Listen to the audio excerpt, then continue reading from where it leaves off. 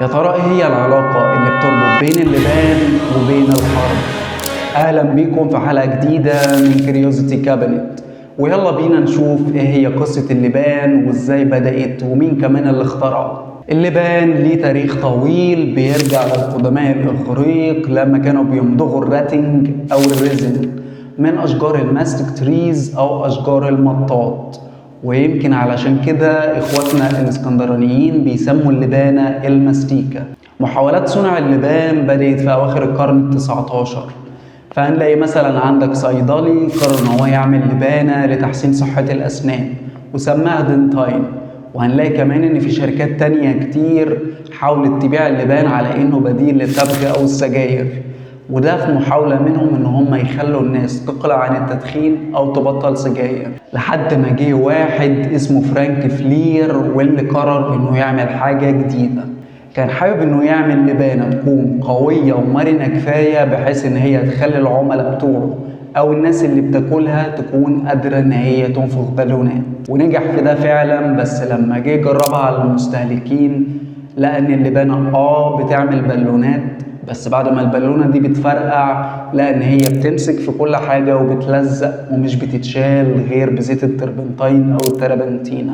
وفي سنة 1929 سلم فرانك فلير رئاسة شركته لجوز بنته اللي هو جيلبرت موستن، واللي بنى معمل في مكتب الشركة علشان يعملوا فيه تجارب علشان يحاولوا يبنوا المادة الأساسية أو البيز اللي بتساعدهم في صنع اللبان، وده في محاولة منه إنه يقلل التكاليف أو يوفر الفلوس اللي الشركة بتدفعها علشان تشتري البيز ده من موردين خارجيين. وفي يوم من الأيام وموستن موجود في المعمل وشغال على وصفة جديدة جاله تليفون فجأة، فقرر انه يطلب من محاسب صغير كان عنده 23 سنة وقتها واللي اسمه والتر ديمر انه ياخد باله من الوصفة اللي شغالة في المعمل لحد ما يخلص مكالمته ويجيله.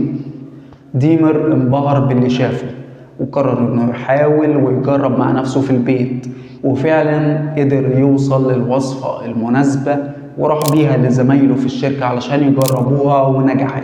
ماستن كان مبسوط جدا منه وطلب منه انه يعلم باقي زمايله وباقي الناس في الشركة، بس لما قربوا يخلصوا اول باتش او اول دفعة من اللبان لقوا ان المادة الرمادية ديت مش هتبيع او مش هشجع حد انه يشتريها، فلقوا ان هم محتاجين للون كفاتح للشهية، فقرروا يدوروا على الوان الطعام المتاحة في الشركة بالكمية المناسبة وملقوش غير اللون البينك او الوردي. ويمكن الصدفة دي تفسر لنا ليه دايما اللبان بيكون لونه بينك أو وردي في معظم الحالات. باين ان هم يسموا المنتج الدبل بابل، وده لانها كانت بتعمل بالونات اكبر بكتير من المحاولات السابقة. وبالرغم من النجاح الساحق اللي حققته الشركة الا ان هي رفضت تسجيل براءة الاختراع، وده لانك علشان تسجل براءة اختراع فده معناه ان انت هتقول ايه هي المكونات بتاعة المنتج وازاي بيتم تصنيعها وبيتم نشر المعلومات دي على الملأ.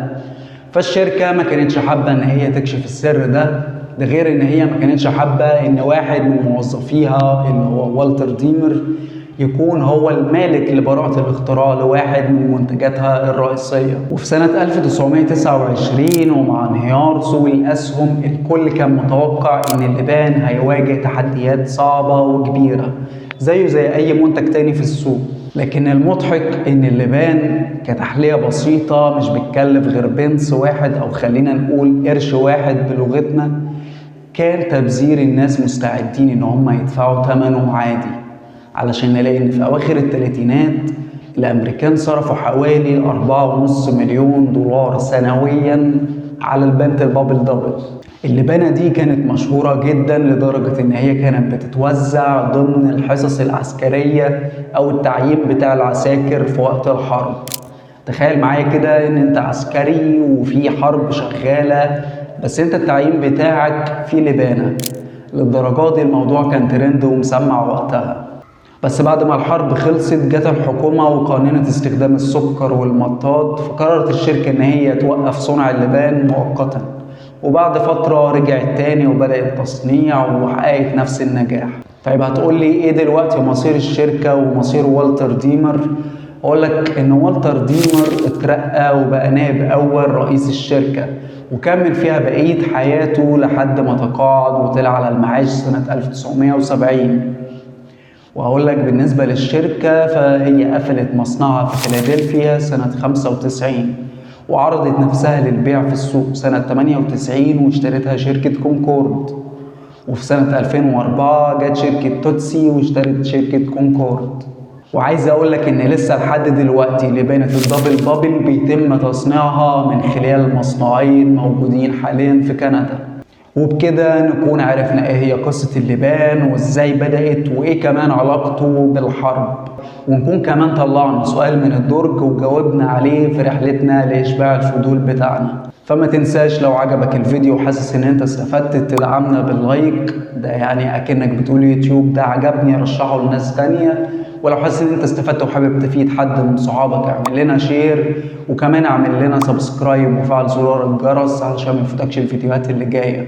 ولو انت على انستجرام وتيك توك وفيسبوك اعمل لنا فولو، ودايما خليك كيوريوس.